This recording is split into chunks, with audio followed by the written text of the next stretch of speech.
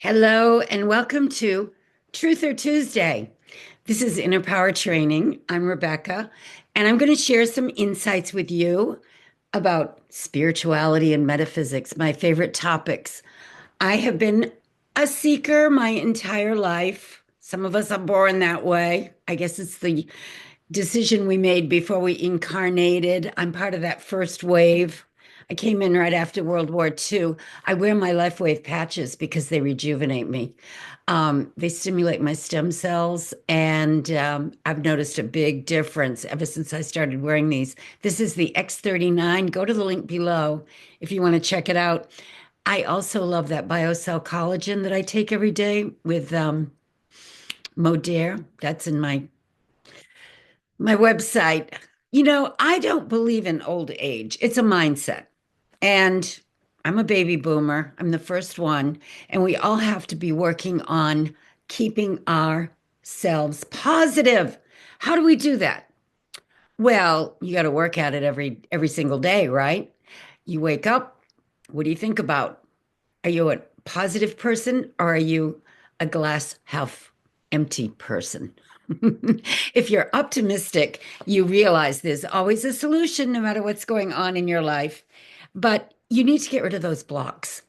That's called, doing the shadow work. I'm a certified life coach, and I found out that the first 7 years of your life is when you're really programmed to set the tone for the rest of your life. So we like to have people kind of remember what kind of conversations did you listen in on in your first 7 years with your parents and your relatives and your friends? Were they always concerned about something, or were they happy-go-lucky? Did they instill in you an optimistic point of view about life, or was it the opposite, where they thought, life is just nothing but a big problem? That has a lot to do with how you're programmed, of course. We're all programmed to respond to circumstances and situations a certain way. And if you don't like the way things are going and the results you're getting, you need to reprogram yourself. Get my course, The Mega Manifestation Method. It's got the long relax, which I use in the Silva training. Jose Silva figured out how to get you down to that alpha level of consciousness where you can actually reprogram your mind. You can't do it at the beta level, which is what I'm in right now with my eyes wide open and all of my senses activated.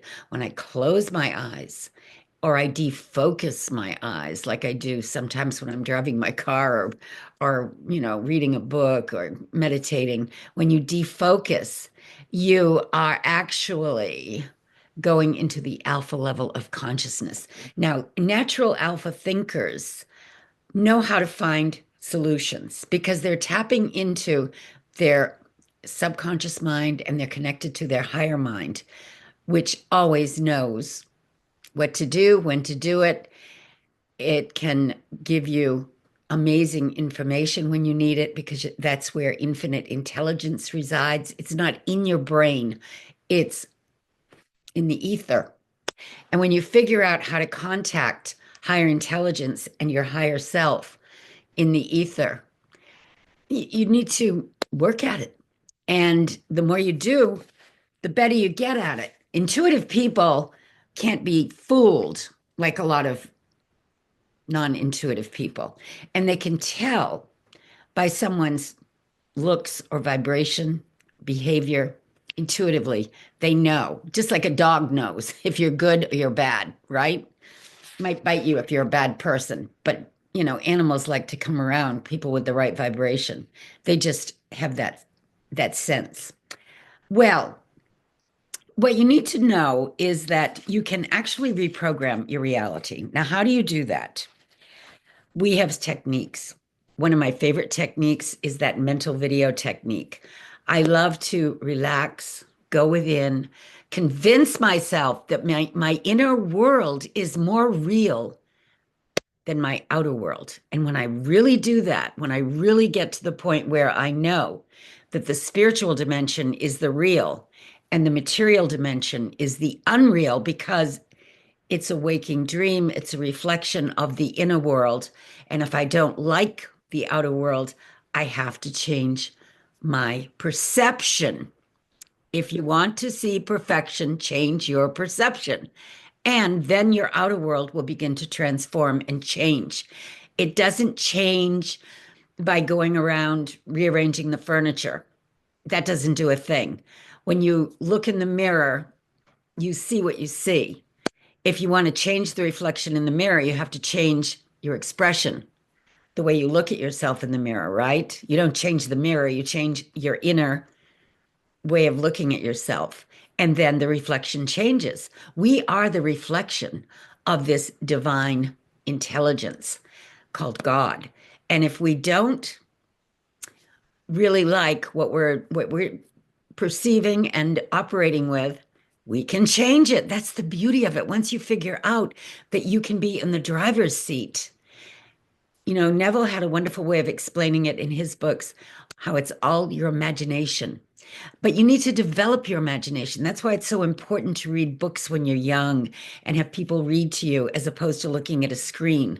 They know that if you look at a screen when you're really, really young, it makes your brain not function as well as it does if you're allowed to imagine as a small child and play like that. Those are the children that can grow up to be creators and inventors and thinkers. So it's important if you have children to understand how these things work.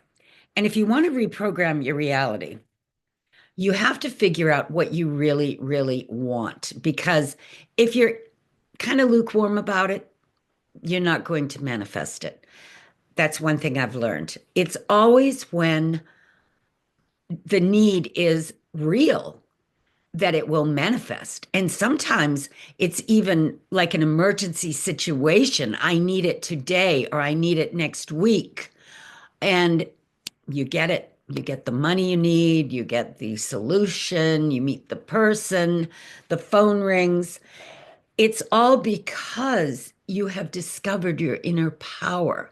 And once you understand how your inner power works, you can work with it to align yourself with this divine intelligence, which can solve any problem. You need to know how to work with it. Einstein say, I only want to know the thoughts of God. The rest are details. The Secrets of Manifesting Mastery was the second book that I came out with this summer. This book was the first one, The Secrets of Manifesting, a practical guide. They're companion books. In the back of this one, there is a 30-day journal where you can really target your new life and reinvent yourself and focus on it on a daily basis. That's very important. Journaling is a wonderful thing. I've done it many times throughout my life. I used to get up at 3 o'clock in the morning. I would just wake up then. There's something to do with your meridians that can wake you up at 3 o'clock in the morning. And I'd go down into my comfortable chair and journal for a couple of hours, go back to bed and feel relaxed. But go with the flow. Listen to your inner guidance. That's very, very important. Don't believe everything you see on the news. There's always a backstory. That's one thing I learned as a crew member. When I traveled the world, I found out stories that we hear about this place or that place aren't necessarily true because when I'd get there, it would be like not the way I expected. I remember during the Persian Gulf War, I flew from Kennedy to Tokyo on a 747 with two passengers because everybody was afraid to travel. And it was fine. I mean, we didn't really have any incidents. We don't, there's a lot in place safety wise. People get very upset, and understandably, when there's a terrible plane crash. But when you think about all the airplanes that are taking off and landing every single day compared to and then you've got all the cars on the road, there's a lot more car accidents. I've had more problems in my car over the course of my life than I ever had on an airplane. And I flew for 35 years. I have to say, I never had to evacuate an airplane. I never had anyone die on an airplane. I mean, little things happened here and there, but I traveled the world and I had a wonderful time. So don't be afraid to go out and do things because once you start doing them, everything falls into place. And if you're aligning your thought every day with your higher self, and you know that you're a child of God, you will be protected and you will have a positive experience. You can get rid of all that fear by understanding that perfect love casts out fear. My old buddy Gurdjieff, who I studied for years, I used to read everything that I could find about him because he was teaching me how to watch my thoughts and get rid of that monkey mind and the swing of the pendulum, which is you're high 1 minute, you're low the next. If depending on what's happening in the external world, that's not a good way to operate. You want to become more of an observer. You still get to enjoy your life, but you're not tossed here and there, depending on what's happening in your outer world. You keep yourself centered and strong and able to, solve problems when they come up because you have that understanding.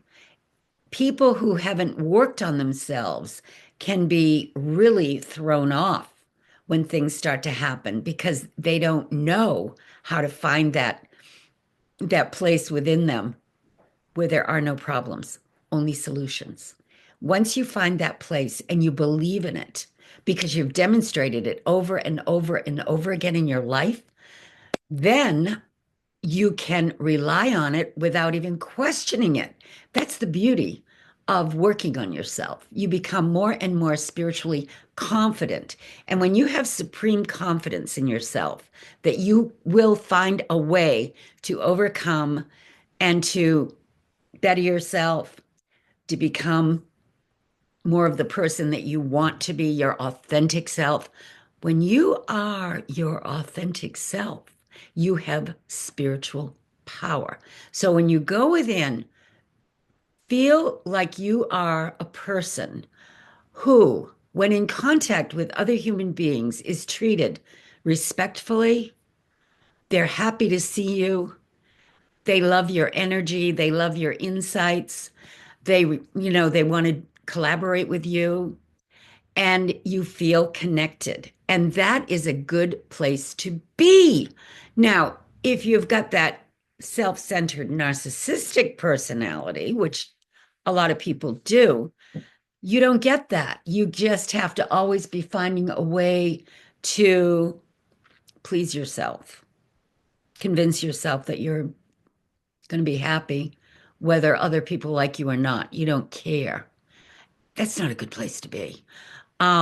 Because it creates bad energy, and everything in this universe is about energy, vibrations, frequency. Tesla told us that if you can figure out that you are a vibrational being, you're really living in a spiritual dimension. You just happen to have this body while you're functioning in the three-dimensional world, but the better part of you is spiritual and eternal. So you don't have to worry so much about your physical body. You can operate with it in a much freer way.